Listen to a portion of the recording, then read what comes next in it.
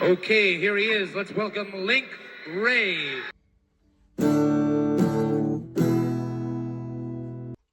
When you think about the development of punk rock, you probably go back to the bands like the Stooges, MC5, the New York Dolls, Velvet Underground, Television, the Ramones.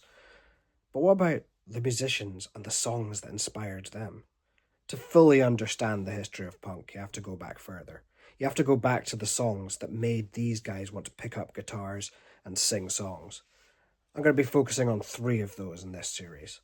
The first one, an instrumental track that was so powerful, so aggressive, had so much swagger, that despite having no lyrics at all, it got banned from the radio.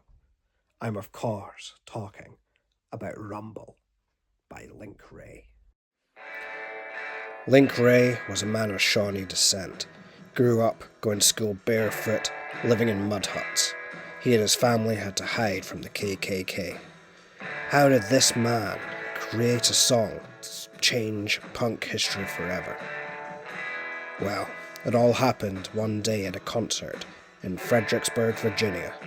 He was there to do the backing track for a song called The Stroll by the Diamonds. And, well, let's hear from the man himself. Hey, Link, play me a stroll. I said, I don't know a stroll. Doug said, I know the beat behind one. And you think, I said, okay. And I went, okay, this is my God, man. Watching me, he said, bam. I went,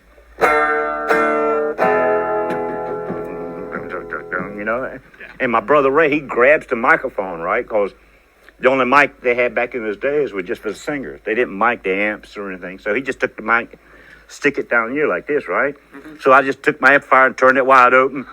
And I had an old Premier amplifier, right? Mm-hmm. So I just turned the tremolo on. And I was playing. You couldn't even hear Shorty. And Doug was playing so loud because he was playing with the butt ends of his stick. So all I could really hear was just me and Doug. I was doing. Yeah.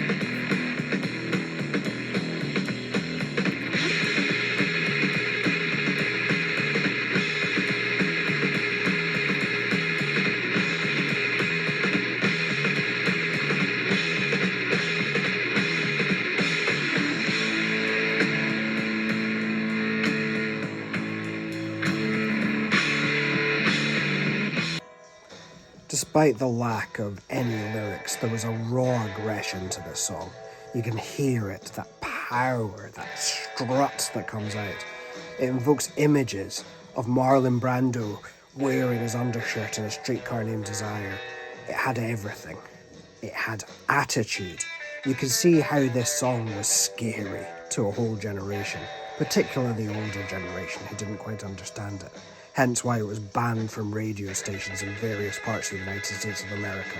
A song called Rumble, with this kind of aggressive attitude. What a song.